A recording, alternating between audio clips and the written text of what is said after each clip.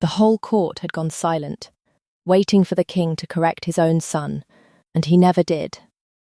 I stood at the edge of the dais in my plain nanny's grey, holding a squirming 3-year-old on my hip in the middle of a formal audience, and I felt every eye in that hall move from the boy's mouth to the king's face, and wait for the word that would put things back where they belonged. Cade had said it so easily, so naturally, the way you say the truest thing you know without ever once considering it might be dangerous.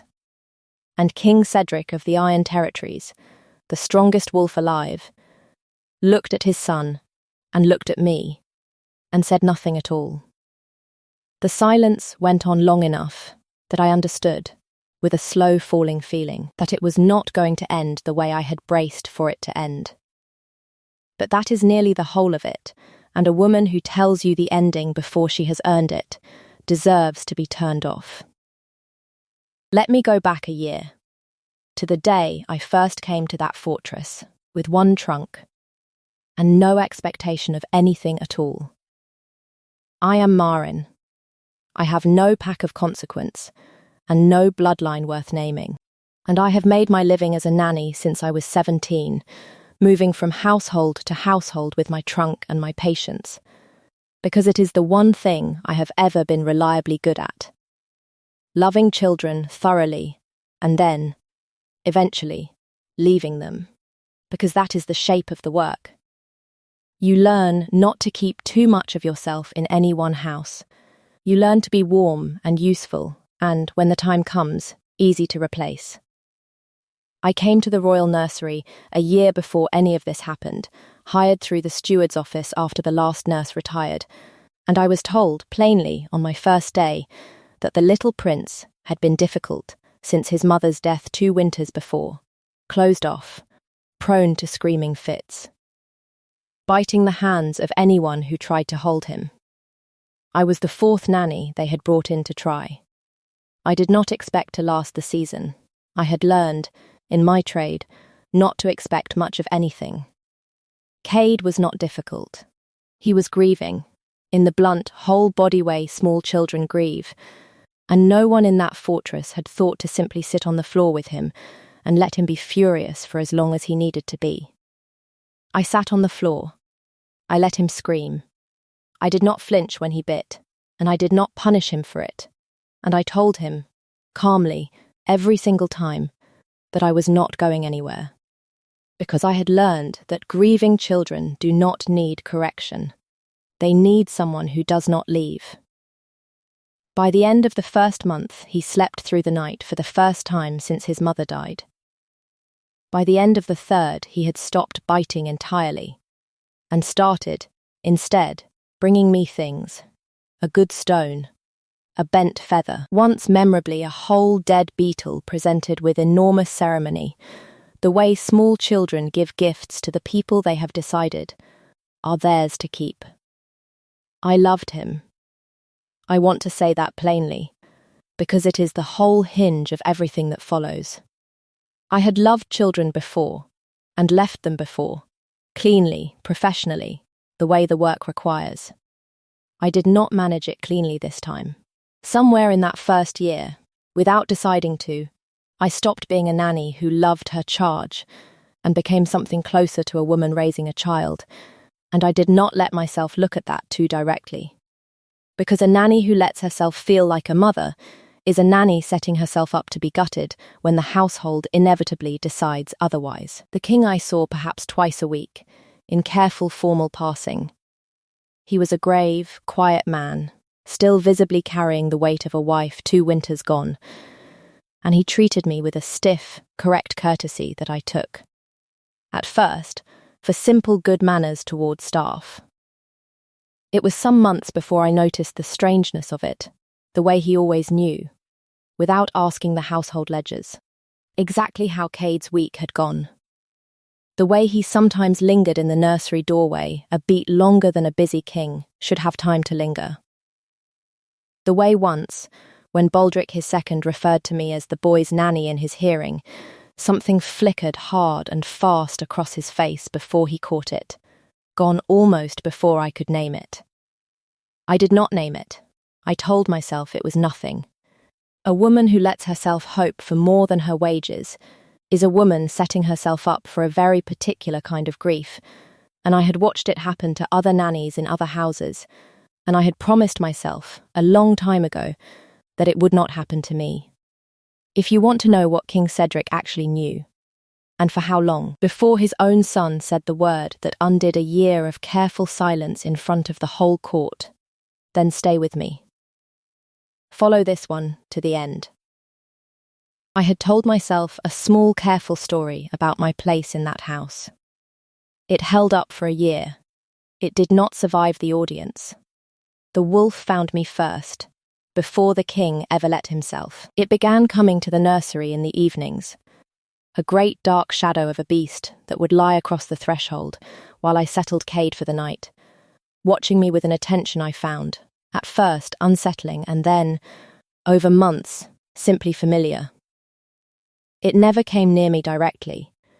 It kept its distance, formal as its master, but its eyes tracked me around that room, the way a man's eyes track someone he cannot look at plainly in daylight. Once, when Cade had a fever and would not settle, the wolf pressed itself against the outside of the door the entire night, and in the morning I found Cedric himself asleep in the corridor chair beside it, having apparently come to check on his son and been unable to make himself leave once he saw I had not left either.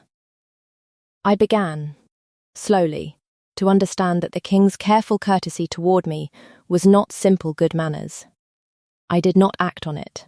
I could not afford to. A nanny who reads too much into a lingering glance from her employer is a nanny one bad guess away from unemployment, and I had a trunk and a trade and no pack to catch me if I fell, and I have never once, in my whole practical life, let myself gamble on a feeling I could not verify. Cade began giving me the horse around then, a small carved wooden thing, roughly made, clearly whittled by an unpracticed hand late at night. He would press it into my palm at odd moments and tell me, with enormous 3-year-old gravity, to keep it safe, and I would keep it through the day and return it to him at bedtime. And the next evening he would press it back into my hands again, as though the game required constant renewal. I asked him once, gently, where he had gotten it, and he said, with the flat honesty of small children, "Papa made it. For you." But he doesn't know I know.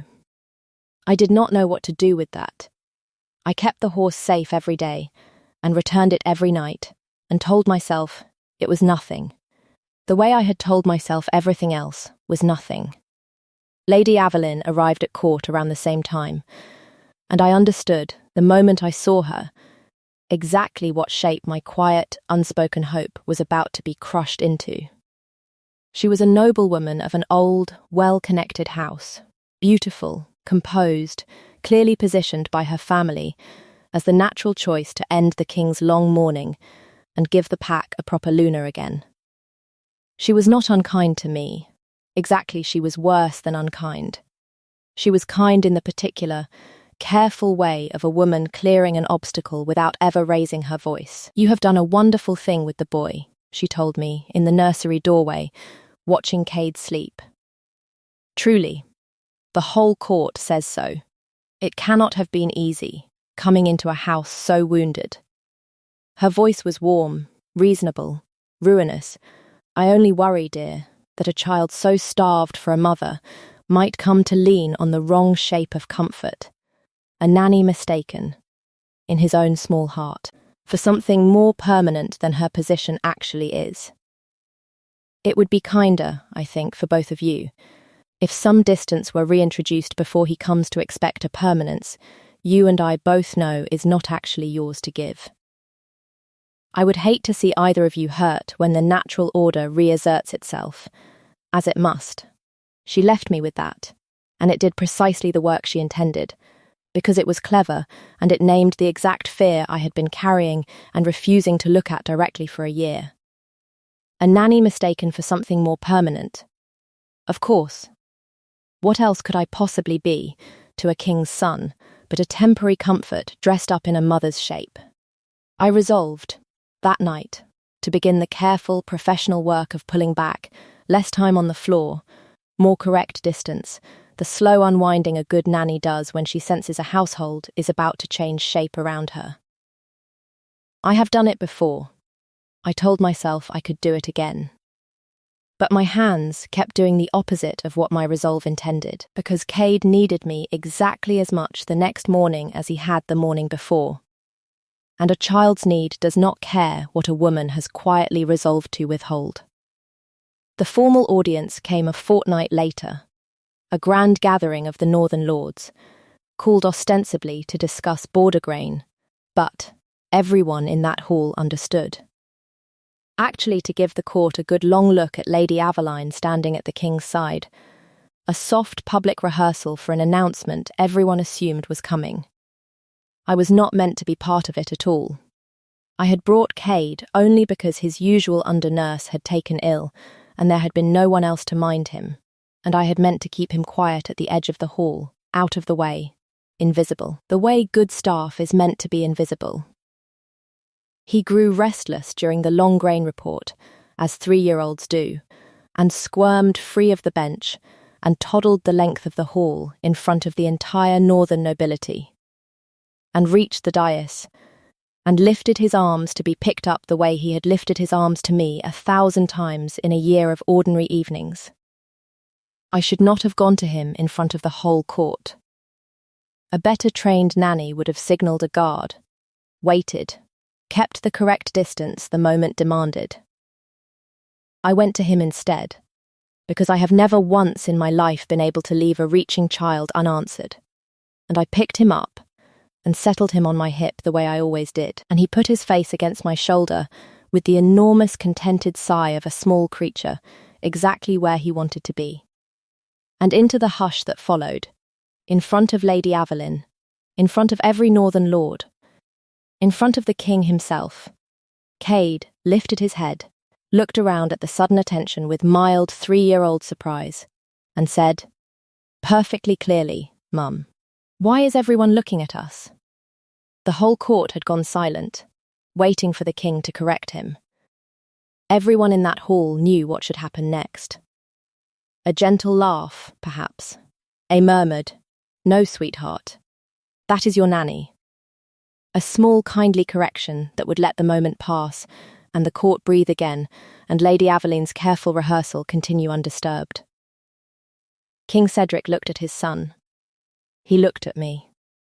And he said nothing at all. The silence stretched past the point where silence could still be mistaken for surprise. It stretched until every lord in that hall understood, with the particular electric certainty of people watching history happen in real time, that the king was not failing to correct his son.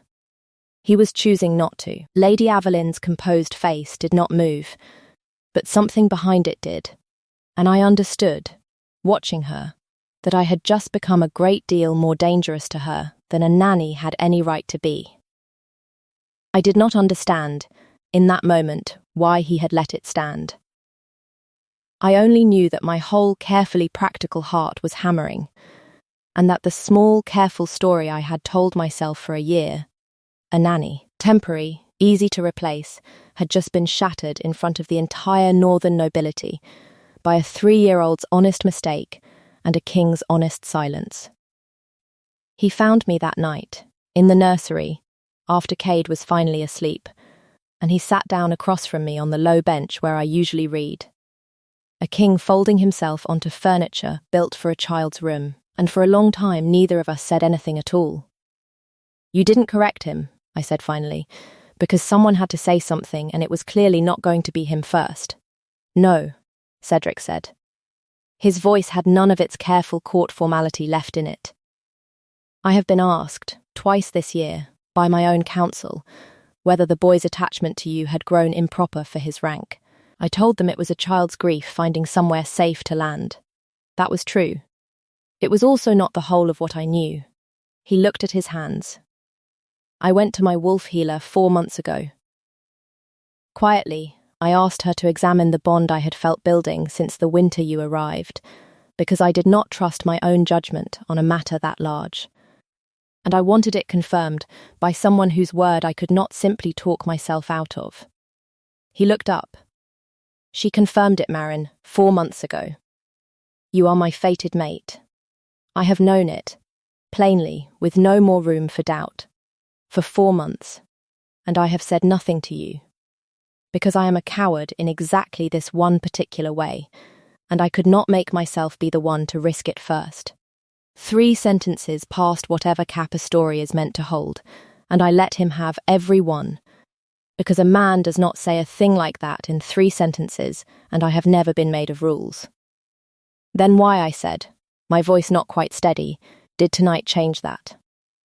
Because my son said it before I could, he said. Cleanly, without fear, without calculation, without 4 months of careful cowardice behind it. He has been practicing it in secret, I think, asking me, these past weeks, pointed little questions about whether you would always live with us, whether you liked the horse he gave you, whether mama was a word people were allowed to use for someone who had not always been their mother. I answered him honestly every time, and never once thought he was building towards saying it in the middle of a formal audience, with every northern lord watching. And when he did, when the truest thing either of us has known for months came out of the one mouth in that hall too small to be afraid of it, I found I could not correct him. Not because I did not want to embarrass you, because correcting him would have meant, for the first time in 4 months, actively lying about a thing I have been silently failing to say. That was the moment my careful professional distance went out of me entirely, and something with a spine took its place.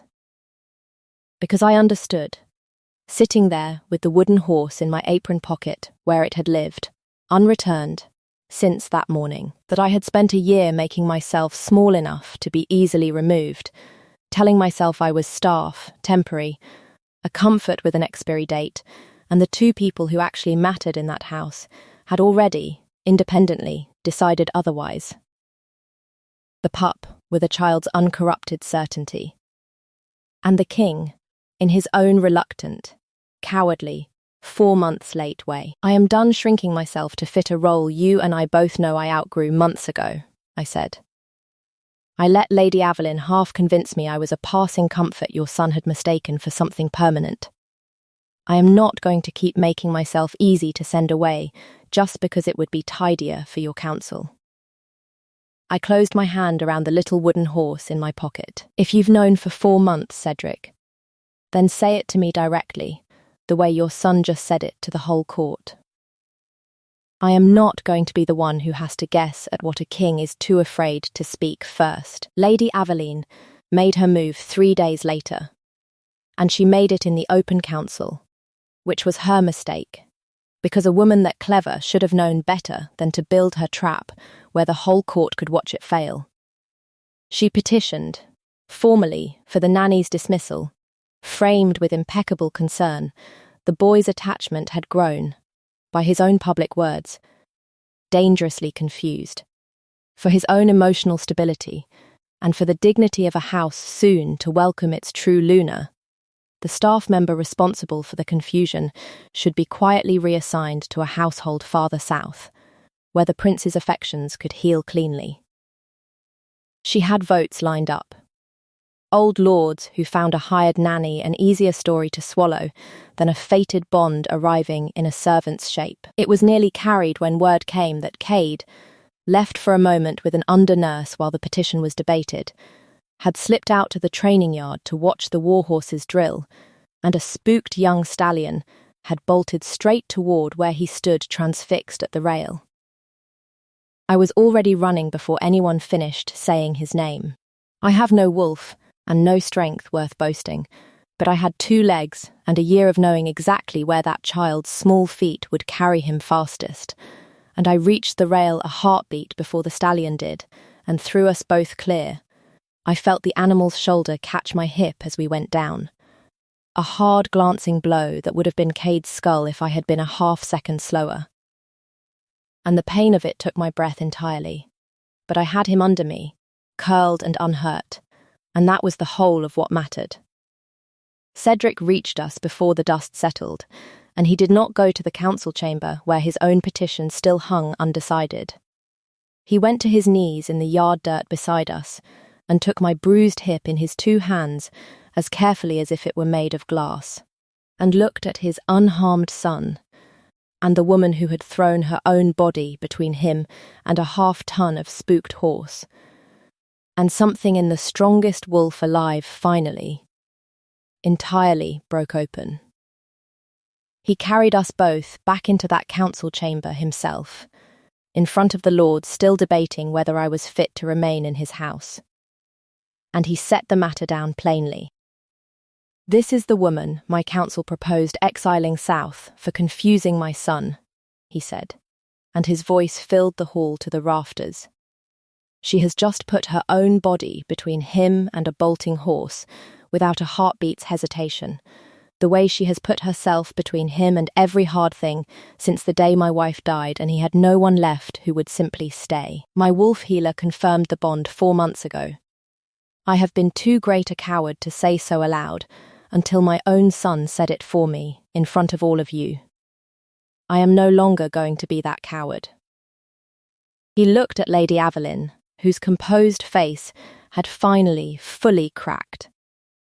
"You are a fine woman, my lady, and this house owes your family courtesy, not cruelty. But I did not choose you, and I was never going to. And building a petition around a 3-year-old's honest slip does not change what my wolf has known since winter."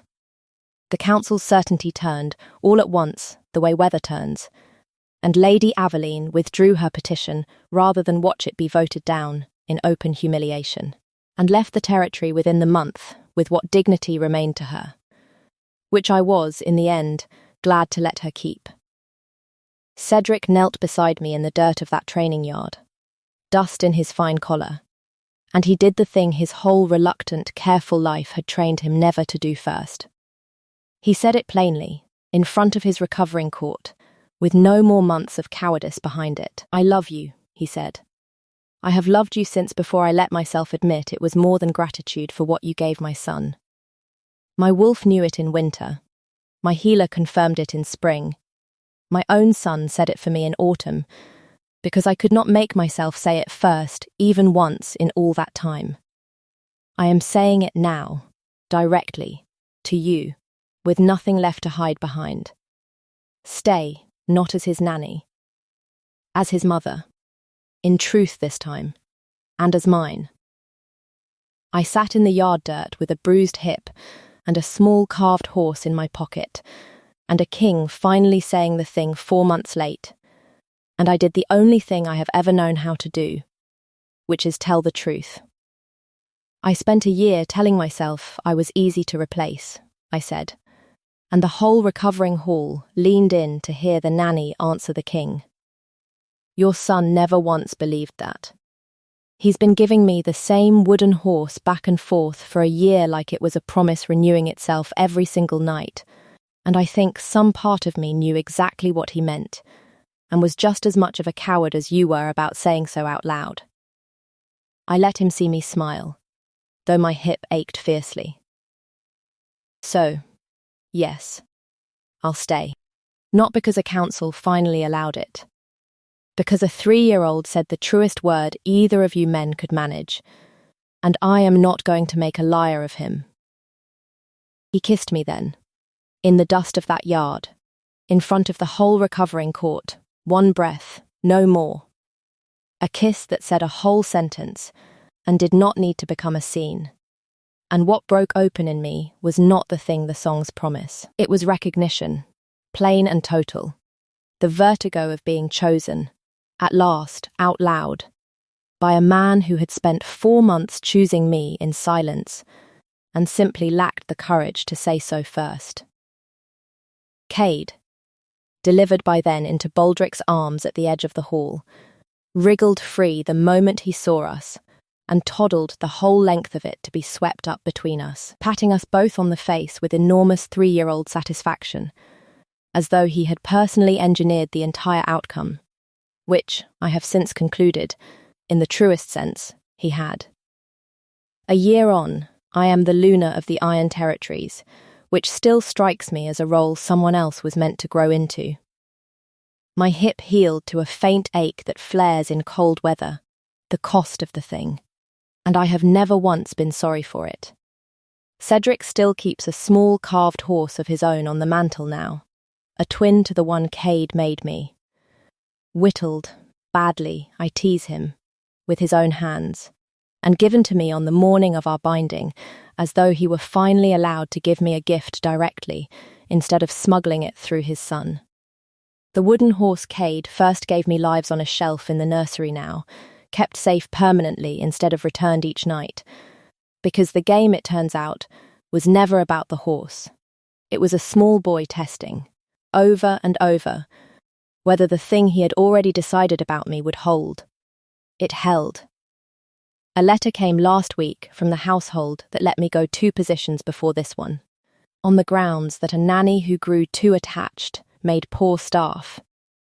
They had heard, they wrote, that their former nanny had become Luna of the Iron Territories, and surely there had been some confusion, and would I confirm it for their records? I had Baldric write the reply, since my hand for letters is poor from a life spent minding children instead of holding a pen. I did not gloat. Gloating and grace wear the same coat, in my experience, and it is hard to tell them apart from a distance. Easier up close, where you can see which one is smiling. I confirmed the rumour, and added that growing too attached to the children in one's care had turned out, in my case, to be the wisest thing I ever did, and that they might reconsider what they were actually asking their nannies to withhold.